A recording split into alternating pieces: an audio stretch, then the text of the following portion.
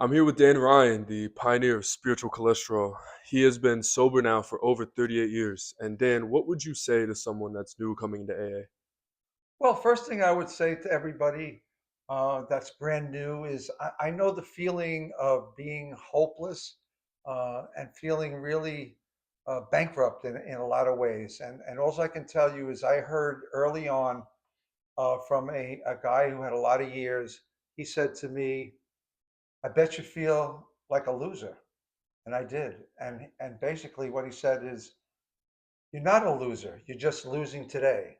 So if you get on the AA team, you could change your life around. And that was very, very important to me. It gave me some hope. And that's what my message really is. I like to bring a message of hope to those that feel hopeless because there's a way out. And if you do what we need to do, you can do it. That's amazing. And now, when we talk about what they would need to do, you mentioned something great on a previous podcast about the how method. Would you be able to explain that? Sure, I think it's very, very important. First, let me just state a line that was very big to me in the beginning of the big book. It said, we are 100 men and women who have recovered from a seemingly hopeless state of mind. And there you go, that hopelessness again. But these people have recovered. And what that means, it doesn't mean that they can drink again and they've recovered from that. It, what it means is that the mental obsession is removed. And then it says, to show you uh, precisely how we recovered is the main purpose of this book. So it's a good idea to get the book and follow instructions. So, Absolutely. and along with that, so that's what I would say to people. Um, People always say, well, how do you do it? Um, and I like to take the word how, you take the letters from it. And H, honest. I need to get honest about my situation. And only you can do that. I talk about the meter in our lives that goes from the beginning, 95% fun, 95% control, only 5% trouble and loss of control.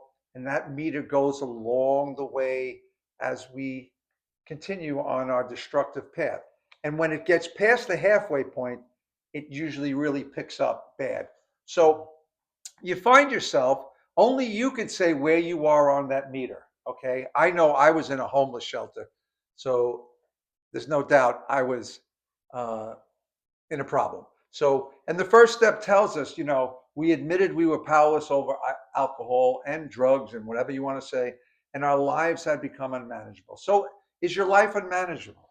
And in most cases, you need to get honest about that. So, that's the age. Now, just knowing that is still not good enough. Then we have to become open minded to a solution. Okay. And according to the book, we need to find a power greater than ourselves. That's the main function of the 12 steps of Alcoholics Anonymous. Self knowledge is no good for me. Now, just knowing that is also not good enough. We need to become willing, the W, to do the work necessary to find that power.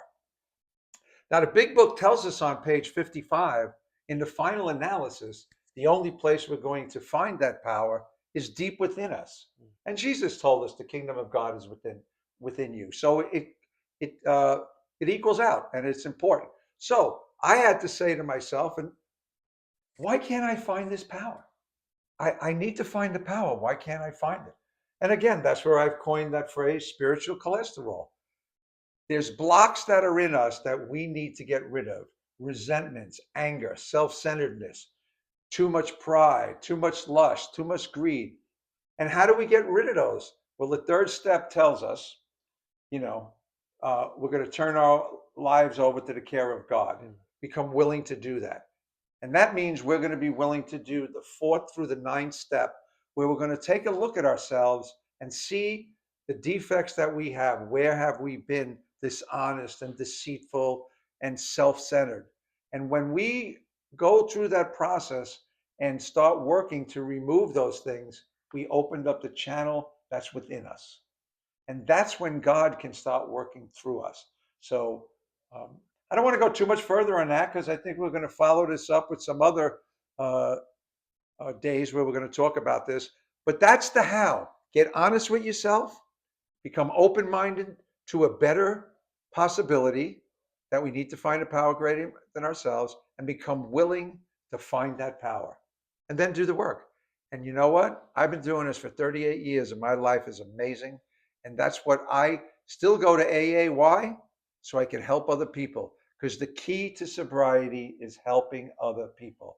And that's what I try to do. Absolutely. Thank you, Dan. And I want to implore everybody, if you want to hear more about Dan's story, please tune into Louis Ruggiero's Nothing's Off the Table podcast, which will be coming out with Dan Ryan towards the end of June. And lastly, Dan, where can everybody find you on a daily basis? Well, I'm on Instagram every day, and I also on TikTok. I do my daily Dan's Dailies messages um, for people to follow me, and it's just I love it.